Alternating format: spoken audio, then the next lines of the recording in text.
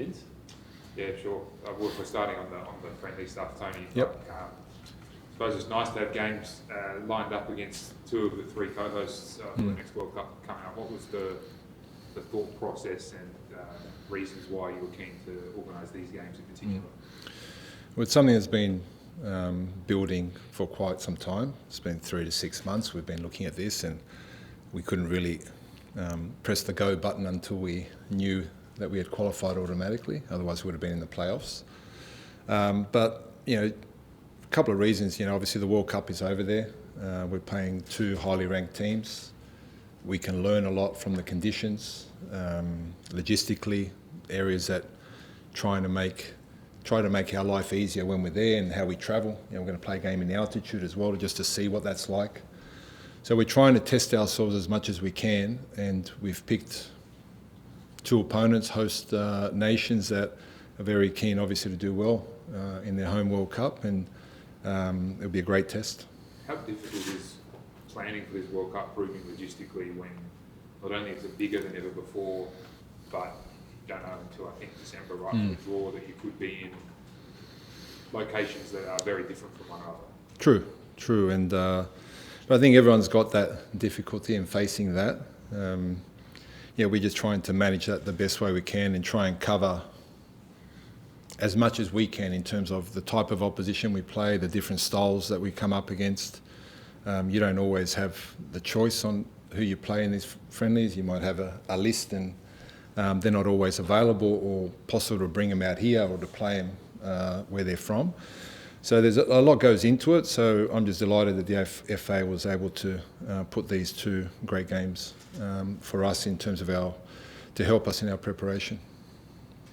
How much are you enjoying the situation, being qualified, being able to look at the landscape and the possibilities of locations and opponents? Yep.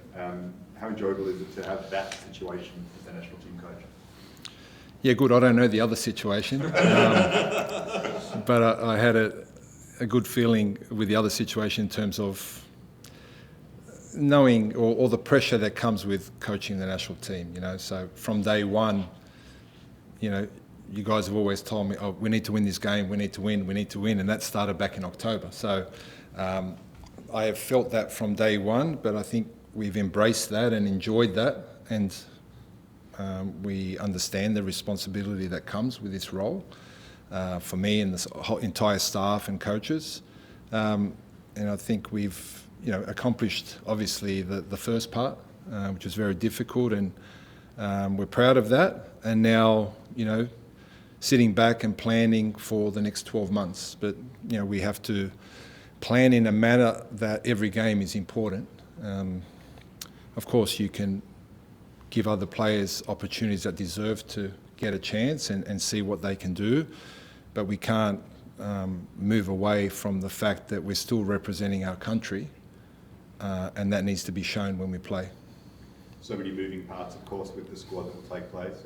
Nsue under the news this morning that he's very likely off to Watford. Yep. What do you make of that situation? Yeah, it's obviously fresh, the news for us as well. I don't know if that's definitely done yet, but if it is, wonderful. If it's not, hopefully that's something that comes through for Nsue. I'm sure they've done their due diligence in terms of where he would fit in that squad and what plans they have with him as a young player, and hopefully that will help him grow and take his game to another level, that he keeps progressing his game. And the World Cup's 12 months away, so it's exciting news. But what you know of him and of English football, you have a fair amount of knowledge in both areas. How do you think he will fit in there in that culture and that style of football? It will be different for him than what he just experienced in Switzerland. The game's a lot slower in Switzerland. We watched all of his games, so the level will go up in terms of quality, also the intensity, also needing to back up after every 3 days, add that same intensity. But he's a confident young man, and the more experiences he has in different leagues, so he's had an experience going to Bayern Munich and seeing what that's like training with the first team.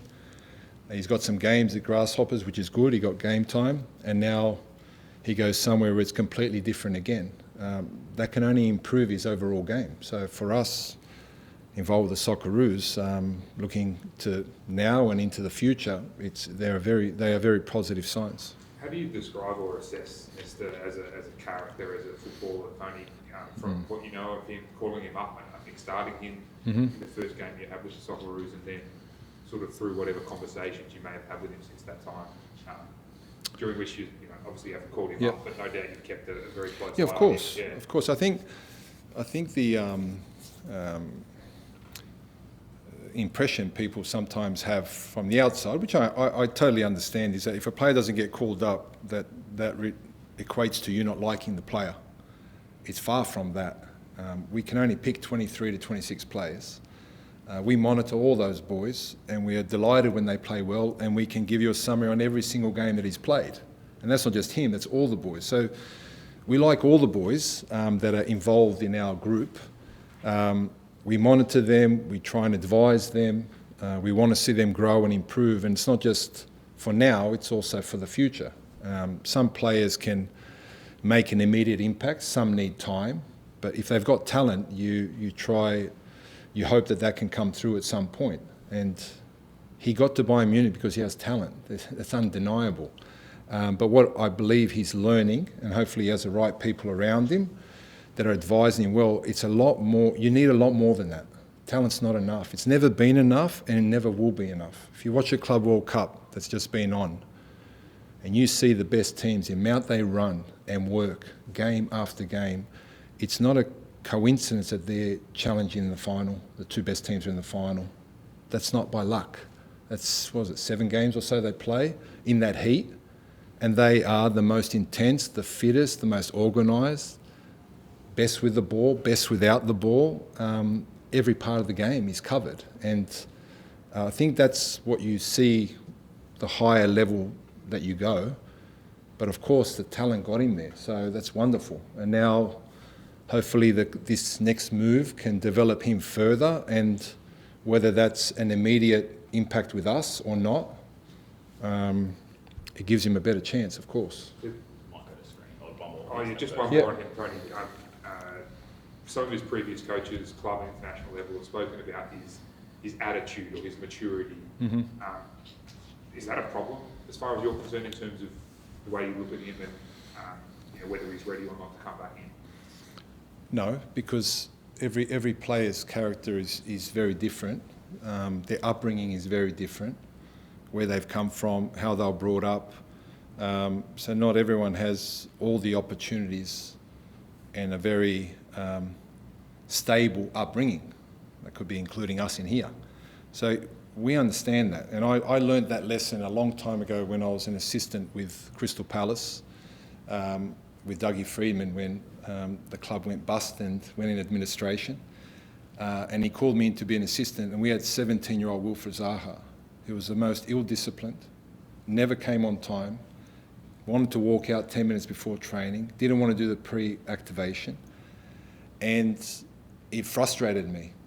And Dougie said, you've got to see, you're just a little bit blinded at the moment. You need to see the big picture. Let's understand the kid a bit more. Where's he come from? What's his home life like? And you might understand a bit more. As soon as Dougie made me go to his apartment and see how the boy was living, it totally changed me. And that's something that has stuck with me ever since, that whether it's 25 players or 50 or 60 players, they are all different.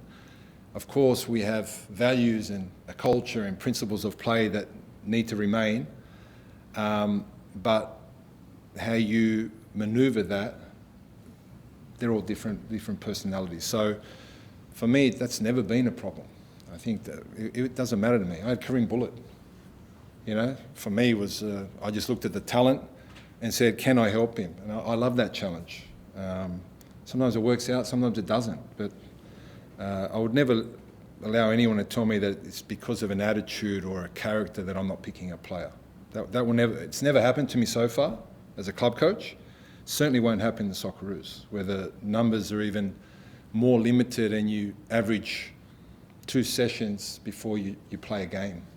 So you have to try and understand the whole picture, and not selecting a player does not equate to, as I said earlier, that we don't like the player or want to assist the player or help him or support him in any way we can. But we also have to remember that they're employed by the club, not by us.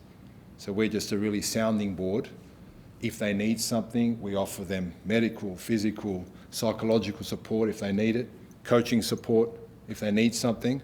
But ultimately, they're paid by the clubs, and they're the ones that are developing them first and foremost. So, Tony, I'm just wondering if you take a step back, what have you learnt about this position that might have surprised you before you took it? What's been the thing that has made you open your eyes to what this particular role is the most?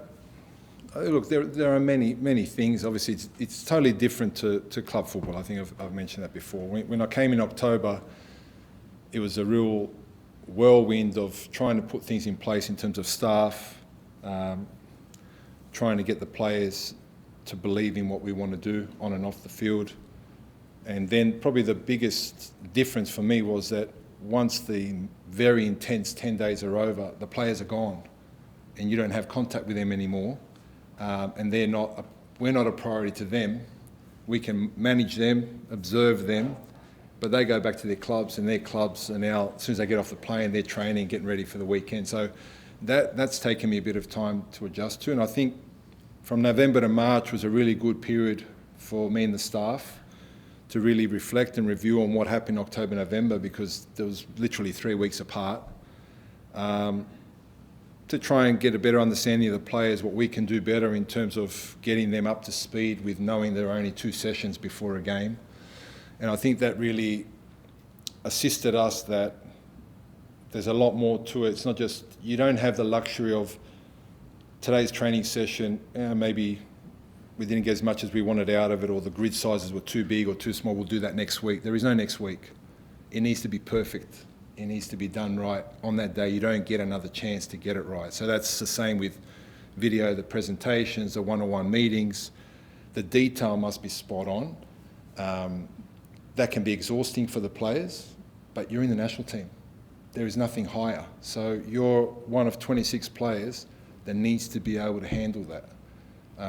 So actually the detail for me has probably gone to another level in terms of preparation, because you have to.